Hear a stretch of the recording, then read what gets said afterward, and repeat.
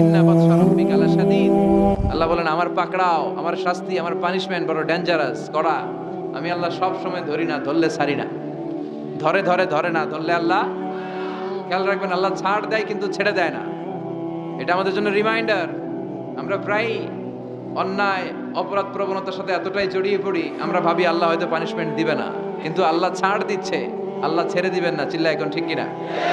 ফেরাউনরে আল্লাহ ছাড় দিয়েছে, ছেড়ে দেয় নাই। নমরুদরে ছাড় দিয়েছে, ছেড়ে দেয় নাই।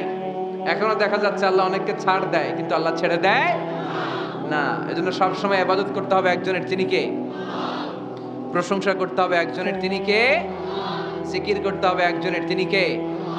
বিশ্বনবী বলতেন লা ইয়াজালু লিসানুকা রাতবান মিন যিকরিল্লাহ। তোমার জিহ্বাটা যেন সব সময় আল্লাহর জিকিরে, আল্লাহর স্মরণে ভিজে থাকে। আবার বিশ্বনবী বলতেন হাব্বুল কালাম ইলাল্লাহি আরবা। আল্লাহর কাছে সবচাইতে প্রিয় কথা চারটি। কয়টি? সবাই বলেন কয়টি? এক হচ্ছে সুবহানাল্লাহ, দুই হচ্ছে আলহামদুলিল্লাহ, তিন হচ্ছে লা ইলাহা ইল্লাল্লাহ, চার হচ্ছে আল্লাহু আকবার। প্রথমটা কি? দ্বিতীয়টা? তৃতীয়টা? চার নাম্বারটা? আবারও আওয়াজ করে সবাই পড়েন। প্রথমটা কি? দ্বিতীয়টা? তৃতীয়টা? চতুর্থটা? আহাব্বুল কালাম ইলাল্লাহি আরবা। আল্লাহর কাছে সবচাইতে প্রিয় কথা এই চারটা, সবচাইতে প্রিয় কথা। আর এই প্রতিটা কথার ভিতরে আল্লাহর নাম আছে না নাই? দেখেন, সুবহানাল্লাহ, আল্লাহ আছে। আলহামদুলিল্লাহ, লা ইলাহা ইল্লাল্লাহ, আল্লাহু আকবার, আছে না নাই? তার মানে জিকির করতে হলে ওই জিকিরের মধ্যে নাম থাকতে হবে কার? আল্লাহর নাম ছাড়া এই দেশে অনেক জিকির আছে না নাই? লাফালাফি করে হুই হাই হুই হাই, হ্যাঁ, পেকুয়াতে আলহামদুলিল্লাহ, এগুলো বোধহয় নাই, কম। হ্যাঁ, জিকির হতে হবে তাদাররুআ ওয়া খুফিয়া, গোপনে, দুনাল জাহরি বিল কওল, চিৎকার চেঁচামেচি করে নয়। এদেশে অনেকে জিকিরও করে আবার বাসার আগায় উঠে যায়, আছে না নাই? আবার জিকির করতে করতে লাফাতে লাফাতে যিনি জিকির করে ওনার কাঁধের উপরে ওঠে, দেখছেন আপনারা? আমি এখন জিকির করাচ্ছি, তাসবিহ পড়াচ্ছি, আপনারা যদি লাফ দিয়ে আমার কাঁধে ওঠেন, আমি যাবো কই? আল্লাহ রাসূল সাল্লাল্লাহু আলাইহি ওয়াসাল্লাম সাহাবাদেরকে নিয়ে তাসবিহ পড়ছেন, জিকির করছেন, কোন সাহাবারা লাফাতে লাফাতে খেজুর গাছের আগায়, এরকম পাওয়া যায়? অথবা সাহাবারা আবেগের চোটে লাফাতে লাফাতে আল্লাহ রাসূলের কাঁধের উপর, এরকম হয়েছে কোনোদিন? তাহলে এইরকম সিস্টেমে হুই হাই করে লাফালাফি করে কোনো ধরনের জিকির করা যাবে? জিকির করতে হবে হাতের কড়ায়, কোণে কোণে, ভদ্রভাবে। আব্দুল্লাহ ইবনে আমর ইবনে আল-আস তিনি বর্ণনা করেন, রাআইতু রাসূলুল্লাহ সাল্লাল্লাহু আলাইহি ওয়াসাল্লাম ইয়াকিদু তাসবিহা বিয়ামিনি, আমি আল্লাহ রাসূলকে ডান হাতের গিড়ায় এভাবে আস্তে আস্তে তাসবিহ পড়তে দেখেছি।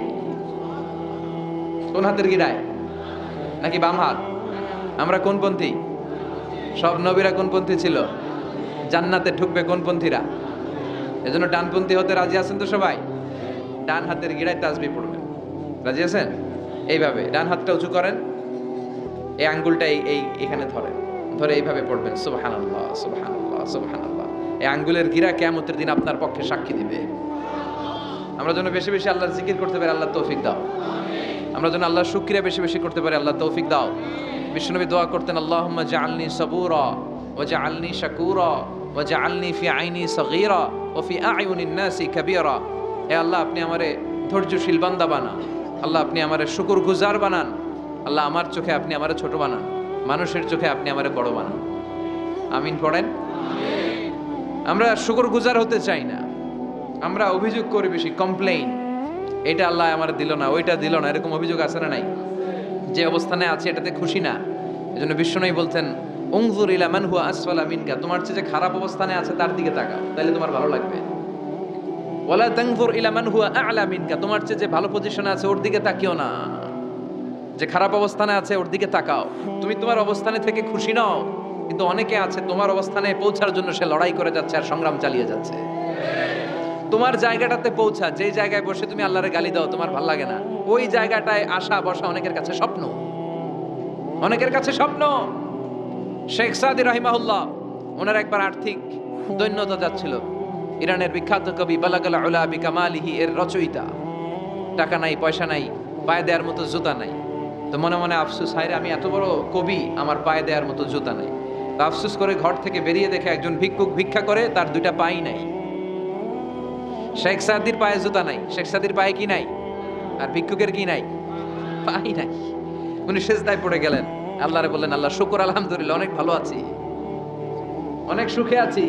এজন্য আপনার যে খারাপ অবস্থা না আছে ওর দিকে একটু তাকান। ঠিক যে মুহূর্তে আমরা এখন কি সুন্দর, শীত না গরম না, ওয়েদারটা খুব চমৎকার না? এই পরিবেশে যে মুহূর্তে আমরা কথা শুনছি, ঠিক এই মুহূর্তে হাসপাতালের বেডে শুয়ে অনেকে মৃত্যুর প্রহর গুনছে। অনেকের ক্যান্সার, যার নেই কোনো অ্যান্সার, তার প্রতিটা সেলের ভিতরে জ্বালা, আমি টাকা চাই, পয়সা চাই, কত কিছু চাই, এটা লাগবে, ওইটা লাগবে, এটা চাই, ওইটা চাই। হাসপাতালের ওই ক্যান্সারের রোগীটা কিচ্ছু চায় না, ও শুধু বাঁচতে চায়।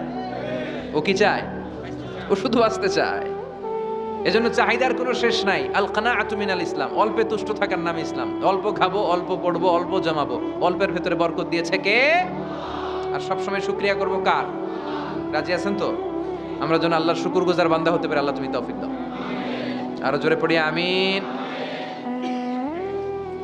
রাজাখালী গ্রামের নাম, হ্যাঁ, ইউনিয়ন রাজাখালী, রানীখালী নাই না? বহুমুখী বেশারাতুল উলুম ইসলামিয়া ফাজিল স্নাতক মাদ্রাসার উদ্যোগে 69তম বার্ষিক সভা। ওরে আল্লাহ, অনেক আগের প্রোগ্রাম। আমাদের এখানে অনেকের বয়সই তো 69 হয় নাই। কথা বলেন, এই প্রোগ্রামটা কিয়ামত পর্যন্ত এখানে জারি থাক, আমরা চাই কি চাই না? আমরা আল্লাহর কাছে কামনা করি, আল্লাহ আমাদের আজকের প্রোগ্রামটা তুমি আমাদের নাজাতের ওসিলা বানাও। এখানে যেমনি আমরা একত্রিত হতে পেরেছি, জান্নাতেও যেন আমরা একসাথে থাকতে পারি, তুমি তৌফিক দাও। আমরা সবাই জান্নাতে যেতে চাই। কোথায় যেতে চাই? চিল্লায় বলেন কোথায়? লা ইয়াস্তাবি আসহাবুন নার ওয়া আসহাবুল জান্নাহ, আসহাবুল জান্নাতি হুমুল ফাইজুন। যারা জান্নাতে যাবে আর যারা জাহান্নামে যাবে তারা কি কখনো সমান হতে পারে? The people of paradise and the people of hellfire, they never be equal ever. The people of paradise and heaven, they gain the ultimate success in life. যারা জান্নাতি তারাই আসল সফলতা অর্জন করেছে, দুনিয়াতেও সফল, আখিরাতেও সফল। চিল্লায় বলেন ঠিক কি না? এখন the decision is yours, সিদ্ধান্ত আপনার যে আপনি কই যাবেন, আপনি কই যেতে চান, জান্নাতে না জাহান্নামে? আল্লাহ আমরা যেন জান্নাতেও এরকম একত্রিত হতে পারি, তুমি তৌফিক দাও। আমরা যে বইটা থেকে আজকে কিছু সময় কথা শুনবো, আওয়াজ করে বলেন তো বইটার নাম। আরো জোরে বলেন কি নাম? এই বইয়ে কোনো ভুল আছে, সন্দেহ আছে, সংশয় আছে? এই বইয়ের সাথে সম্পর্ক জোরদার করার দরকার আছে না নাই? এই বইটা কিয়ামতের দিন সুপারিশকারী হবে। বিষ্ণু বলেছেন, ইকরাউল কুরআন ফাইন্নাহু ইয়াতি ইয়াউমাল কিয়ামাতি শাফিআন লিআসহাবি। বেশি বেশি কোরআনের তেলাওয়াত করো, কারণ এই কোরআন কিয়ামতের দিন তোমাদের জন্য সুপারিশকারী হবে। কোরআন যদি আপনার পক্ষে আল্লাহর কাছে সুপারিশ করে, আল্লাহ এই সুপারিশ ফেলে দিতে পারবে? পররাষ্ট্রমন্ত্রী যদি মাননীয় প্রধানমন্ত্রীর কাছে কোনো বিষয়ে সুপারিশ করে, রেকমেন্ডেশন করে, মাননীয় প্রধানমন্ত্রী এই সুপারিশকে কি রিজেক্ট করতে পারবে? কথা বলেন। এজন্য কোরআনের সুপারিশ আমরা চাই কি চাই না? এটা এমন একটা কিতাব যে কিতাবে কোনো ভুল নাই। যালিকাল কিতাব লা রাইবা ফি হুদাল লিল মুত্তাকিন। This is the book, the most authentic and original book, reliable book in the world, whereof there is no doubt in it and a guidance to those who are muttaqin. এই বইটা এমন বই যে বইয়ে কোনো ভুল নাই, কোনো সন্দেহ নাই। মুত্তাকিনদের জন্য পথ প্রদর্শনকারী হিসেবে বইটারে নাজিল করেছে কে? এই বইটার যেখান দিয়ে পড়েন হেদায়েত আছে না নাই? রহমত আছে না নাই? বরকত আছে না নাই? শিফা আছে না নাই? এই কিতাব পড়ে অসুস্থ ব্যক্তির গায়ে ফু দিলে সুস্থ করে কে? তার মানে এর মধ্যে শিফা আছে। সুবহানাল্লাহ পড়েন। সূরাতুল ফাতিহারে বলা হয় সূরাতুশ শিফা। সূরাতুল ফাতিহা পড়ে অসুস্থরে ফু দিলে সুস্থ করে কে? বিশ্বাস হয়? হ্যাঁ না, একটু সন্দেহ লাগে। যদি সন্দেহ থাকে তাহলে ফু দিলে কাজ হবে? আর বিশ্বাস রেখে যদি ফু দেন ভালো করে দিবে কে? এমন এক কিতাব, এই কিতাব পড়লে সওয়াব, এই কিতাব ধরলে সওয়াব, এই কিতাবের জন্য মরলেও সওয়াব। ঠিক কি না? এমন এক কিতাব আল্লাহ দিলেন। এই কিতাবকে আল্লাহ বললেন নূর, আলো। আলোর সাথে তুলনা করেছেন। কিতাবুন আনজালনাহু ইলাইকা লিতুখরিজান নাসা মিনাল যুলুমাতি ইলান নূর। I've revealed this holy and sacred book unto you, O my beloved last messenger, in order to lead the mankind out of darkness into the light. অন্ধকার থেকে আলোর দিকে নেয়ার জন্য এই কিতাবকে পাঠিয়েছে কে? এই কিতাব পড়লে, এই কিতাব মানলে, বুঝলে, এই কিতাবের বাস্তবায়ন সমাজে ঘটালে সমাজটা আলোকিত হবে। ঠিক কি না? আমরা একটা আলোকিত সমাজ চাই কি চাই না? যে সমাজে এই কিতাব দিয়ে আইন করা হয়, এই কিতাবের আইনে সমাজে আইনটাকে বাস্তবায়ন করা হয়, ওই সমাজে কোনো ধর্ষণ থাকে? কোনো দুর্নীতি থাকে, ওই সমাজটা হয় মদিনার সমাজ, ওই সমাজটা হয় শান্তির সমাজ। এজন্য আমরা যেন কোরআনের সাথে সম্পর্ক বাড়াই, প্রতিদিন যেন কোরআনের তেলাওয়াত করি, একটি করে হলেও কোরআনের আয়াতের বঙ্গানুবাদ যেন আমরা পড়ি। পারা যাবে? সবাই পড়ি ইনশাআল্লাহ। আমি আপনাদের খেদমতে আমার খুতবার শুরুতে সূরাতুল মুজাম্মিল থেকে 4টি আয়াত তেলাওয়াত করেছি। এই সূরাতুল মুজাম্মিল থেকে কিছু কথা আজকে আমরা শুনবো ইনশাআল্লাহ। পড়েন। আমি সবসময় তাফসির মাহফিলগুলোর ক্লাসের মতো মনে করি। Class, I consider this tafsir program as a class. I consider myself as a teacher and all the sitting audience as a student of the Holy Quran. আমি মনে করি যে আমি কোরআনের শিক্ষক, আর যারা শুনছে তারা আমাদের ছাত্র। আমার আগে যিনি এখানে কথা বলছিলেন তিনি ছিলেন আমাদের শিক্ষক। এখন আমি একটু করে বসার সুযোগ পাইছি, আমি হয়ে গেছি শিক্ষক, আর আমরা সবাই কোরআনের ছাত্র। খুশি না বেজার? সূরাতুল মুজাম্মিল এটা কোরআনের 29তম পারার একটা সূরা। কততম পারার? এই সূরার আয়াত সংখ্যা 20। আয়াত সংখ্যা কত? এই সূরাটি মাক্কি সূরা। কি সূরা? আচ্ছা, এবার আমি প্রশ্ন করি, আপনারা উত্তর করেন। সূরাতুল মুজাম্মিল কত পারার সূরা? আয়াত সংখ্যা? সূরাটি মাদানী। হ্যাঁ, মাক্কি সূরা। আলহামদুলিল্লাহ পড়েন। এই সূরাটি আল্লাহ তাআলা বিশ্বনবীর নামে ডেডিকেট করেছেন। কার নামে? বিশ্বনবীর অনেকগুলো সুন্দর সুন্দর নাম আছে, শুধু মুহাম্মদ সাল্লাল্লাহু আলাইহি ওয়াসাল্লাম এটাই ওনার নাম নয়, এটা ছাড়াও ওনার অনেক নাম আছে। ওনার একটা নাম আছে আহমদ। কি নাম? ইয়াতি মিন বাদি ইসমুহু আহমদ। মুহাম্মদ ওনার নাম, আহমদ ওনার নাম, তাহা ওনার নাম, মুজাম্মিল এটা ওনার একটা নাম, মুদ্দাসসির এটা ওনার একটা নাম, আবুল কাসেম এটা ওনার একটা নাম, কুনিয়াত। তো বিশ্বনবীর নামে এই সূরাটাকে ডেডিকেট করেছে কে? বিশ্বনবীকে আল্লাহ তাআলা এই সূরার ভেতর অনেকগুলো ইনস্ট্রাকশন, গাইডলাইন দিয়েছে, পথ নির্দেশিকা। এগুলো আমাদের জীবনেও কাজে লাগবে, ঠিক কিনা? তো এই আল মুজাম্মিল বিশ্বনবীর নামে ডেডিকেট করা একটি সূরা। আবার এই নামে আমাদেরও অনেকের নাম পাওয়া যায়, আছে না নাই? এখানে মুজাম্মিল ভাই কে কে আছে দেখি? মুজাম্মিল কেউ আছে মুজাম্মিল নামে? আছে তো, মাশাআল্লাহ। আল্লাহ মুজাম্মিল ভাইদেরকেও তুমি কবুল করো। তো এই সূরার একটা কেন্দ্রীয় আলোচক বিষয় আছে, central subject matter, central theme of the Surah Al Muzzammil. এই পুরো 20টা আয়াতে আল্লাহ কি বোঝাতে চাইলেন, আগে সংক্ষেপে এটা আমি বলি। এই পুরো সূরার ভেতরে কেন্দ্রীয় যে আলোচ্য বিষয়টা আল্লাহ আমাদেরকে জানাতে চাইলেন সেটা হচ্ছে আমাদেরকে যে কোনো কাজে নামার আগে নিজেকে প্রস্তুত করে নিতে হবে। বুঝতে পেরেছেন? You have to take huge preparation for a successful mission. আপনি যদি কোনো মিশনে নামতে চান, আপনাকে you have to take preparation, you have to be prepare. নিজেকে প্রস্তুত করে নিতে হবে। বিশ্বনবীকে আল্লাহ তাআলা বড় একটা মিশনে নামাবেন, নবুয়তির মিশন, দাওয়াতি কাজের মিশন, আল্লাহর জমিনে আল্লাহর দ্বীনকে বাস্তবায়নের মিশন, পৃথিবীর বুকে কালিমার পতাকা কেটে দেওয়ার মিশন। চিল্লায় এখন ঠিক কিনা? এত বড় মিশন যে নবী পালন করবে, ওই নবীর প্রিপারেশনের দরকার আছে না নাই? তাহলে এই পুরো সূরার মূল কথা হচ্ছে প্রিপারেশন ফর এ মিশন, মিশনের জন্য প্রস্তুতি গ্রহণ করা। Good preparation is a prerequisite for a successful mission. আপনি যদি একটা মিশনে সফল হতে চান, আপনাকে প্রস্তুতি নিতে হবে। কে নিতে হবে? সবাই বলেন, প্রিপারেশন নিতে হবে। প্রিপারেশন যদি ভালো হয়, কাজের ফলাফলও। প্রিপারেশন যদি খারাপ, ফলাফলও। পরীক্ষার আগে যদি প্রিপারেশন ভালো হয়, গোল্ডেন এ প্লাসের সম্ভাবনা আছে না নাই? ইলেকশনের আগে যদি ভালো প্রস্তুতি নেয়, জয়লাভ করার সম্ভাবনা আছে না নাই?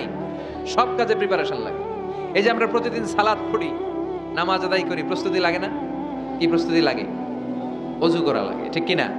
ইয়া আইয়ুহাল্লাযীনা আমানু ইযা কুমতুম ইলাস সালাতি ফাগসিলু ওয়ুজুহাকুম ওয়া আইদিয়াকুম ইলাল মারাফিক ওয়ামসাহু বিরুউসিকুম ওয়া আরজুলাকুম ইলাল কা'বাইন। সুবহানাল্লাহ পড়েন।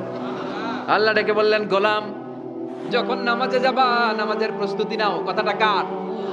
আগে চেহারা ধৌত করো, হাত দুইটা কনুই পর্যন্ত ধৌত করো, তারপরে মাথা মাসে করো, তারপরে পা ধৌত করো, তারপরে সালাত কায়েম করতে যাও। তার মানে সালাত একামাতুস সালাহ, সালাত প্রতিষ্ঠার আগে আপনাকে প্রস্তুতি নিতে হবে। নামাজে যাওয়ার আগে ওযু করা লাগবে, ঠিক কি না? আবার জুমার নামাজে আপনি যাবেন, এই জুমার নামাজে যাওয়ার আগে প্রস্তুতি আছে না নাই? কি প্রস্তুতি আছে? গোসল করা লাগে, ঠিক কি না? আতর মাখা লাগে, সুন্দর পারফিউম দেওয়া লাগে, তারপর জুমার খুতবা শোনার জন্য মসজিদে আগে আগে যাওয়া লাগে, ঠিক কি না? তার মানে নামাজের আগে প্রস্তুতি লাগে, জুমার সালাতের আগে প্রস্তুতি লাগে, আবার রোজার আগেও প্রস্তুতি আছে না নাই? বিশ্বনবী রমাদান আল মুবারক আসার 2 মাস আগ থেকে প্রস্তুতি নিতেন। বিশ্বনবী দোয়া করতে শুরু করতেন রজব মাস থেকে, আর আল্লাহর কাছে বলতেন আল্লাহুম্মা বারিক লানা ফি রজব ওয়া শাবান ওয়া বাল্লিগনা রমাদান। রজব শাবানে বরকতে দাও, রমজান মাসে গুনাহ ঝরাও, সপ্তাহ জুড়ে তুমি বরকতে দাও, জুমার দিনেতে গুনাহ ছড়াও, রজব শাবানে বরকতে দাও, রমজান মাসে গুনাহ ছড়াও। চিল্লায় পড়েন আমিন। রমজান আসার 2 মাস আগে বিশ্বনবী রজব মাস থেকে রমজানের প্রস্তুতি নিতেন। আল্লাহু আকবার। আর পড়তেন আল্লাহুম্মা বারিক লানা ফি রজব ওয়া শাবান, ও আল্লাহ রজব আর শাবান মাসে আপনি বরকত দেন, ওয়া বাল্লিগনা রমাদান, রমজান মাসে পৌঁছে দেন। এখন যে মাসটা চলতেছে এটা কি মাস? হ্যাঁ, তাহলে রমজানের প্রস্তুতি নেওয়ার দরকার আছে না নাই? রমজানের 2 মাস আগ থেকে উনি প্রস্তুতি নিতেন। এরপরে ঈদ আসার আগে রমজানের প্রস্তুতি আছে না নাই? রমজানের ওই রোজার শেষে এলো খুশির ঈদ, তুই আপনাকে আজ বিলিয়ে দে শোন আসমানি তাকি, তোর সোনা দানা বালা খানা সব রাহে লিল্লাহ, দে যাকাতে মুর্দা মুসলিমের আজ ভাঙাইতে নিদ। পড়েন রমজানের ওই রোজার শেষে এলো খুশির ঈদ, তুই পড়বি দের নামাজ রে মন সেই ঈদ গাহে, যে ময়দানে সব গাজী মুসলিম হয়েছে শহীদ। রমজানের ওই রোজার শেষে এলো খুশির ঈদ। আলহামদুলিল্লাহ পড়েন। তার মানে নামাজের আগে প্রস্তুতি লাগে, রোজার আগে প্রস্তুতি লাগে, ঈদের আগেও প্রস্তুতি লাগে। এরপরে হজ যদি পালন করতে চান তারও প্রস্তুতির দরকার আছে না নাই? একজন হজ করবে, প্রস্তুতি লাগবে না? কি প্রস্তুতি লাগবে? হ্যাঁ, পাসপোর্ট লাগবে, হজের ভিসা লাগবে, তারপরে রেজিস্ট্রেশন করা লাগবে, আশকোনার হাজি ক্যাম্পে প্রশিক্ষণ নেওয়া লাগবে, রিয়াল কিনা লাগবে, ইজার কিনা লাগবে, রিদা কিনা লাগবে, বেল্ট কিনা লাগবে, হজের নিয়ম কানুন জানা লাগবে, ঠিক কিনা? দেখেন, নামাজের আগে প্রস্তুতি লাগে, রোজার আগে প্রস্তুতি লাগে, হজের আগে প্রস্তুতি লাগে, কিন্তু যাকাতের আগে লাগে না। হ্যাঁ, যাকাতের জন্য 1 বছর আগ থেকে প্রস্তুতি নেওয়া লাগে। আপনি কবে নিসাব পরিমাণ সম্পদের মালিক হলেন ডায়েরিতে নোট রাখার দরকার আছে না নাই? তার মানে নামাজের আগে প্রস্তুতি, রোজার আগে প্রস্তুতি, যাকাতের আগে প্রস্তুতি, হজের আগে প্রস্তুতি। এই সূরার মধ্য দিয়ে রব্বুল আলামিন বিশ্বনবীর বুঝাতে চাইলেন, ও নবী, বিশাল একটা মিশনে আপনি নামবেন, বিশাল একটা যুদ্ধে আপনি নামবেন, কালেমার বাণীকে দুনিয়ার বুকে প্রচার করার গুরু দায়িত্ব নিয়ে নামবেন। এত বড় দায়িত্ব পালনের আগে আপনার প্রস্তুতি নেওয়ার দরকার আছে না নাই? বিশ্বনবীকে প্রস্তুতি নিতে বললেন। তার মানে এই সূরার কেন্দ্রীয় আলোচ্য বিষয় হচ্ছে you have to take a very good preparation for a mission. আপনি কোনো কাজে সফল হতে হলে আপনাকে প্রস্তুতি নিতে হবে। ভালো প্রস্তুতি ছাড়া সফল হওয়া যাবে? আবার যুদ্ধের ময়দানেও যখন আমরা যাই, বিশ্বনবী যেতেন, প্রস্তুতি ছিল কি ছিল না?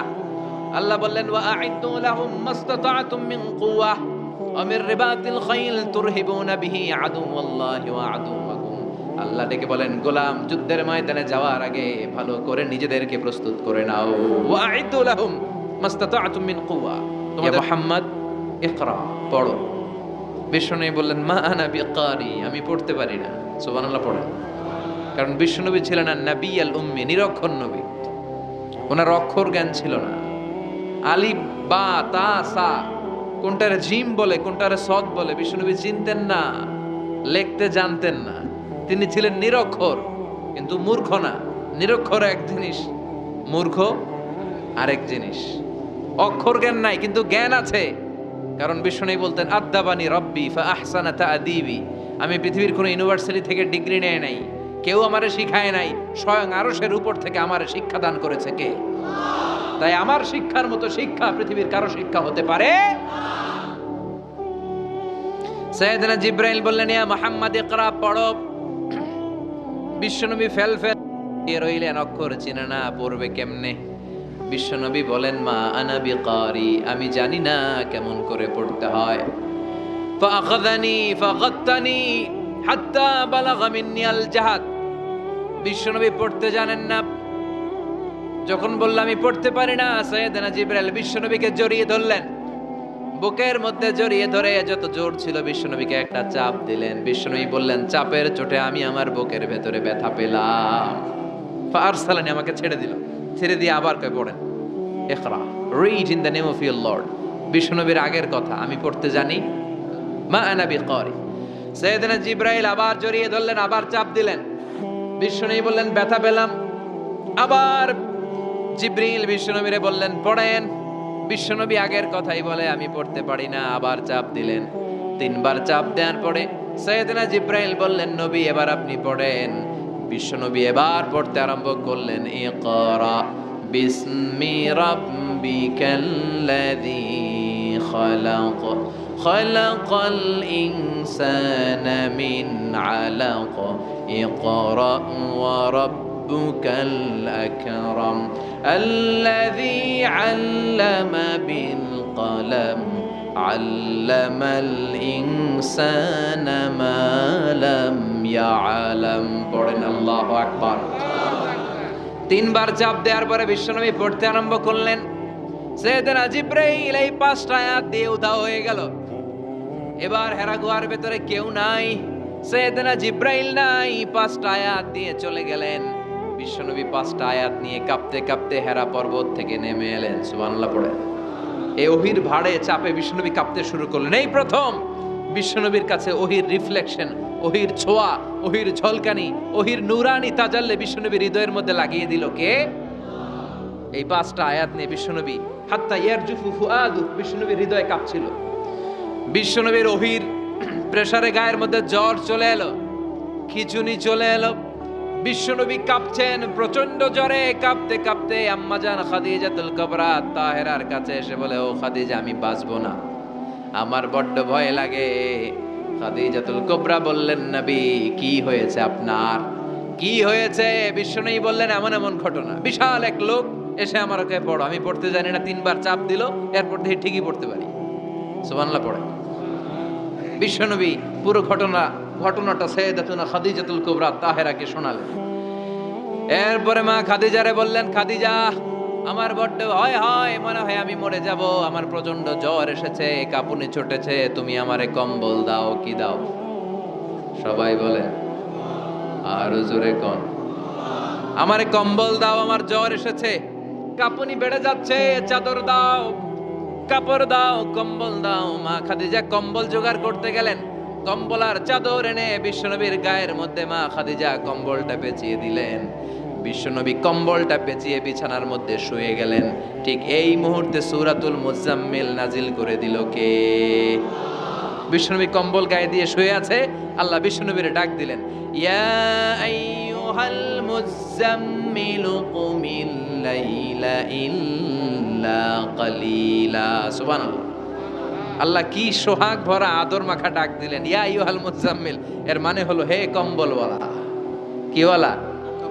হে কম্বলওয়ালা নবী, মানে হে কমলিওয়ালা নবী। কি নবী? কমলি। হে রাহতে হেলে দুলে নুরানি তনু ওকে আসে হায়, সারা দুনিয়ার হেরে মেরে পর্দা খুলে খুলে চায়, সে যে আমার কমলিওয়ালা কমলিওয়ালা। তার ভাবে বিভোল রাঙা পায়ের তলে, পর্বত জঙ্গল টল মল টলে, খুরমা খেজুর বাদাম জাফরানি ফুল ঝরে ঝরে যায়, সে যে আমার কমলিওয়ালা কমলিওয়ালা। সুবহানাল্লাহ পড়েন। বিশ্বনবীর আল্লাহ ডাক দিলেন, ও কমলিওয়ালা নবী, ও কম্বলওয়ালা নবী, দাঁড়ান। বিশ্বনবী কাঁপছিলেন জ্বরের চোটে, খিচুনির চোটে, কম্বল গায়ে দিয়ে শুয়ে রইলেন। আল্লাহ নাজিল করলেন, ইয়া আইয়ুহাল মুজাম্মিল, ও কম্বলওয়ালা। ইয়া আইয়ুহাল মুজাম্মিল মানে কি? ও কম্বলওয়ালা, ও কম্বলওয়ালা, ও চাদরওয়ালা, কুম, স্ট্যান্ড আপ, স্ট্যান্ড আপ। যে দায়িত্ব দিছি এখন শোয়া যাবে না, দাঁড়ান। ওই যে বিশ্বনবী দাঁড়ালেন, আর বসার সুযোগটা পায় নাই। মরার আগ পর্যন্ত আর বসার সুযোগ পায় নাই, শ্বাস নেওয়ার সুযোগ পায় নাই, পিছনের দিকে তাকানোর সুযোগ পায় নাই। চিল্লায় বলেন ঠিক কিনা? অনেক শয়তানি হাতছানি এসেছে, দফায় দফায় নবীর সাথে বৈঠক হয়েছে। বিশ্ব নবীকে মক্কার কাফিরেরা 3 দফা দিল। বলল, আব্দুল্লাহর বেটা মুহাম্মদ, নারী চাও নারী দেব, সম্পদ চাও সম্পদ দেব, রাষ্ট্র ক্ষমতা চাও রাষ্ট্র ক্ষমতা দেব, শুধু কালিমার দাওয়াতটা বন্ধ করে দাও। নাউজুবিল্লাহ পড়বেন না? বিশ্বনবী বললেন, তোমাদের 3 দফা, কাফিরদের কয় দফা? জোরে বলেন। বিশ্বনবী বললেন, আমার মাত্র 1 দফা। কয় দফা? বিশ্বনবী বললেন, সম্পদ না, নারী না, মক্কার ক্ষমতা নয়, লা ওয়াদাউ শামসা ফি ইয়ামিনি, আকাশের দ্বিপ্রহরের জল জলে সূর্যটা যদি ডান হাতে দাও, ওয়াল কামারা ফি ইয়াসারি, চাঁদটাকে যদি বাঁ হাতে দাও, যেই কালিমার দাওয়াত দিতে ময়দানে আমি নেমেছি, গোটা বিশ্বের কেউ এই দাওয়াত থেকে আমাকে পিছু সরাতে পারবে না, কেউ পিছনে নিতে পারবে না। সম্পদ, নারী আর ক্ষমতার লোভ তো খুব তুচ্ছ বিষয়। ওই সূর্যটারে যদি ডান হাতে দাও, চাঁদটা যদি বাঁ হাতে দাও, এই কালিমার দাওয়াত থেকে আমি পিছু হটবো না। চিল্লায় বলেন ঠিক কি না? বিশ্বনবীর আল্লাহ প্রস্তুতি নিতে বললেন। বললেন, ইয়া আইয়ুহাল মুজাম্মিল, ও কম্বল ওয়ালা নবী। কি ওয়ালা নবী? তাফসীর বুঝতে পারতেছেন তো? শীতের চোটে খিচুনি, কম্বল গায়ে দিয়ে শুইছে, তখন আল্লাহ এটা নাজিল করলেন। তাহলে প্রথমে আমরা জানলাম সেন্ট্রাল থিম অফ দিস সূরা, এই সূরার কেন্দ্রীয় আলোচ্য বিষয়। এরপরে আমরা জানলাম কোন প্রেক্ষাপটে, কোন সিচুয়েশনে, কোন পরিস্থিতিতে এই সূরাটা নাজিল হয়েছে। বুঝতে পেরেছেন? বিশ্বনবীর যখন এই পরিস্থিতি, তখন আল্লাহ বিশ্বনবীর আবার গাইডলাইন দিলেন, ইয়া আইয়ুহাল মুজাম্মিল, হে কম্বলওয়ালা নবী, কুমিল লাইলা ইল্লা খালিলা, দাঁড়ান, রাত্রিবেলা দাঁড়িয়ে তাহাজ্জুদ গুজার হন। সুবহানাল্লাহ পড়ে। এই সূরার ভেতরে রব্বুল আলামিন বিশ্বনবীকে প্রস্তুত করে তোলবার জন্য, বিশ্বনবীকে নবুয়তের দায়িত্ব পালন করানোর জন্য, মিশনে নামানোর জন্য বিশ্বনবীকে সর্বমোট 60টা বিষয়ে প্রশিক্ষণ নিতে বলেছেন। জোরে কোন কয়টা? সবাই কোন? চিল্লায় বলেন কয়টা? প্রস্তুতি নেওয়ার জন্য 7টা বিষয়ে বিশ্বনবীকে ট্রেন আপ করেছেন, প্রশিক্ষণ নিতে বলেছেন। আমরা একটা একটা করে 7টাই আজকে শুনব। বিশ্বনবীকে আল্লাহ তাআলা 7টা বিষয়ে প্রশিক্ষণ নিতে বললেন। কয়টা? কারণ সামনে অনেক গুরু দায়িত্ব। 1 নাম্বার প্রশিক্ষণ হচ্ছে, ইয়া আইয়ুহাল মুজাম্মিল, হে কম্বলওয়ালা নবী, কুমিল লাইলা ইল্লা কলিলা, দাঁড়ান, দাঁড়িয়ে রাত্রে তাহাজ্জুদের নামাজ পড়েন। কিসের নামাজ? তাহাজ্জুদের যায় নামাজে মরণ দিও প্রভু আমায়, একামতে দিনের কাজে কবুল করে নিও আমায়। তাহাজ্জুদের যায় নামাজে মরণ দিও প্রভু আমায়, একামতে দিনের কাজে কবুল করে নিও আমায়। পড়েন আমিন। তাহলে বিশ্বনবীকে প্রথম যে প্রশিক্ষণ আল্লাহ দিলেন সেটা হচ্ছে তাহাজ্জুদের সালাতের প্রশিক্ষণ। কিসের? রব্বুল আলামিন বললেন, ইয়া আইয়ুহাল মুজাম্মিল কুমিল লাইলা ইল্লা কলিলা, ও নবী, রাত্রি বেলায় দাঁড়ান, পুরো রাত ব্যাপী তাহাজ্জুদ পড়েন। নিসফাহু, রাতের অর্ধেক সময় তাহাজ্জুদ পড়েন। আও ইনকুস মিনহু কলিলা, অথবা তার চেয়েও কিছু কম পড়েন। আও জিদা আলাইহি, অথবা তার চাইতেও বেশি পড়েন। ও নবী, রাত্রিবেলা দাঁড়িয়ে তাহাজ্জুদের সালাত পড়েন। কিসের সালাত? তাহলে বিশ্বনবীকে মিশনে সফল হওয়ার জন্য সর্বপ্রথম যে ডিরেকশন আল্লাহ দিলেন সেটা হচ্ছে তাহাজ্জুদের ডিরেকশন। কিসের? তাহাজ্জুদ পড়েননি আপনারা? পড়েন? হ্যাঁ, হুজুর ফজর নামাজই তো পড়ি না। কি পড়ি না? তাহাজ্জুদ তো তাদের যারা ফজর পড়ে, যারা ফজরই পড়েন, ওরা আবার কি তাহাজ্জুদ? কথা বলেন। এই তাহাজ্জুদের সালাত আদায় করলে সম্মান বাড়িয়ে দেয় কে? ঘুমের আরবিতে কিছু নাম আছে। ঘুমের একটা নাম হচ্ছে আন-নুআস। নুআস মানে ড্রোজিনেস। বাসে বসে আছেন, বাসও ঝুলে, আপনিও ঝুলতেছেন, এরকম হয় না? ঝিমুনি, এটার বলে নুআস। আরেকটা হচ্ছে সামান্য হালকা লাইট স্লিপ, সামান্য ঘুম, এটার বলে পাওয়ার ন্যাপ। হালকা হালকা ঘুম, ঘুমও আসছে, আবার কে যেন কথা বলে ওইটাও শোনা যায়, এরকম ঘুম আসছে না? নাই, এটার বলে সিনা। আরবিতে এটার কি কয়? সিনা। আরেকটা হচ্ছে ভালো ঘুম, এটার বলে নাউম। এটার কি বলে? তাহলে পাইলাম নুআস, সিনা, নাও। আরেকটা হচ্ছে জন্মের ঘুম। কিরকম ঘুম? এমন ঘুম যেই ঘুমে ডাকলেও মানুষ ওঠে না, যেটা শেষ রাতে আমাদের যেই ঘুমটা হয়, রাত 3টা 4টার দিকে কম্বল টেনে টেনে আরেকটু ঘুমাইতে মনে চায়, এরকম একটা ঘুম আছে না নাই? এই ঘুমটাকে আরবিতে বলে হুজুদ। কি বলে? সবাই বলেন। এই হুজুদের ঘুমকে স্যাক্রিফাইস করে ওই টাইমে যে সালাতটা পড়া হয়, ওই সালাতকে আরবিতে বলে সলাতুল হুজুদ বা সলাতুত তাহাজ্জুদ।